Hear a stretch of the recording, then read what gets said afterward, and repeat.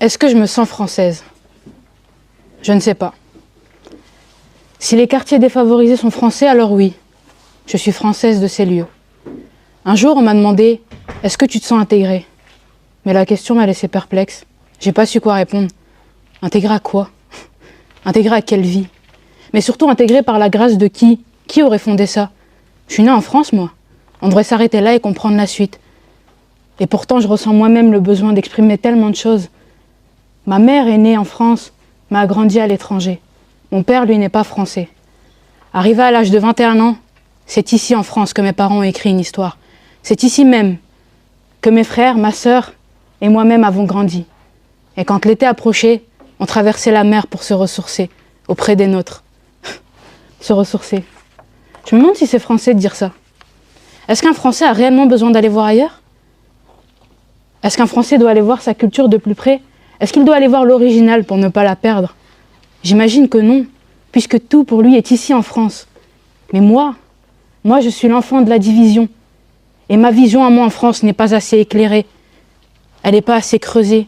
Mon histoire, je sais qu'elle vibre aussi ailleurs. Enfin bref, je me dis que qu'être français, c'est aussi avoir la culture. Mais honnêtement, je la connais pas vraiment, celle de la France, moi. Si ce n'est ces 2-3 blagues sur la baguette de pain. Nos mariages sont différents, nos langues le sont, notre tradition, notre cuisine l'est. Et entre 4 murs, nous avons fait naître tellement de différences.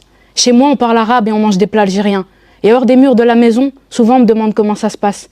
Et si le français me demande de parler de ma culture, c'est bien qu'elle est différente de la sienne, non? Suis-je française? Pas que. Je suis en effet fille d'immigrés et j'apprends à devenir française. Et hors des murs de chez moi, c'est vrai, j'ai aussi vu d'autres cultures, mais souvent d'un même continent. Et c'est vrai que parfois aussi avec le français, je vais me sentir stupide. Comment lui expliquer que nos connaissances ne sont pas les mêmes?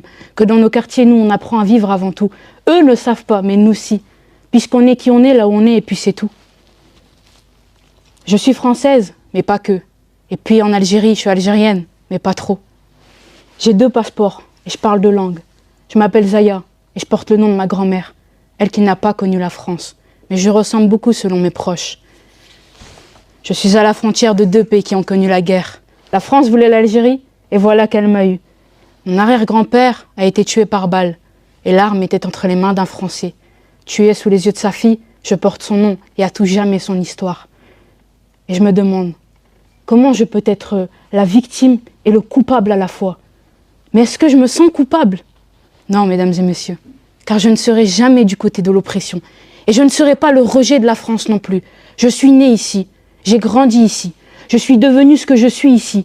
J'ai ri, j'ai pleuré, j'ai appris, aimé ici. Tout ça dans notre France. C'est vrai, parfois j'ai pleuré la profanation de lieux cultes d'un pays qui n'est pas le mien, mais presque. J'ai laissé des larmes dans un pays qui se trouve à des kilomètres d'ici. J'ai ri aux blagues de mon grand-père et mangé des fruits de l'arbre de ma grand-mère dans un ailleurs très loin. Et si ces moments sont si spéciaux pour moi, c'est tout bonnement leur présence irrégulière qui crée ça, parce qu'il me faut attendre avant de revoir les miens, parce que nous ne vivons pas ensemble, parce que nous vivons dans 2 pays différents. Mes amis sont ici en France, et la moitié de ma famille l'est aussi. Et je suis l'enfant du peuple dans les 2 cas. Mais si on me pointe du doigt, si on me pose la question de savoir si je suis française, c'est bien que quelque part la réponse est déjà toute tracée. Et je me le demande à moi aussi parfois. Est-ce que je suis française? Mais française de quelle France? L'oppression et la discrimination, ou l'oppressé et la discriminée? Le rejet, la colonisation? Je suis atypique, moi, presque exotique. J'ai dérangé à travers mes ancêtres cette France qui a tant voulu être conservée. Et je ne me pose pas la question au fond. Je suis née ici, et ma place c'est ici. Mais eux et leurs questions, eux et leurs réflexions, eux et leurs remarques, ça fait toute la différence. Je peux alors dire que je suis française de force, française de colonisation ou encore française étrangère. Mais en réalité, ce que je suis est beaucoup plus simple. Mesdames et messieurs, je le répète, je suis française d'origine algérienne. C'est en français que j'ai fait mes plus belles rencontres. Et ma vie et mes rêves sont nés ici tout comme moi. J'ai connu l'histoire en français et je me sens à l'aise en français. Mes mots sont français.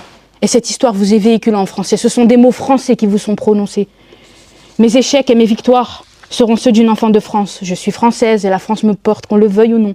Je fais partie de la France et la France fait partie de moi. Et si je la prends pour alliée, alors pour elle, je prônerai la paix. Et je ne serai jamais française comme tous les autres, je le sais. Mais ce n'est rien. puisque je n'ai jamais eu peur de la différence dans un pays où mes voisins sont aussi les différents.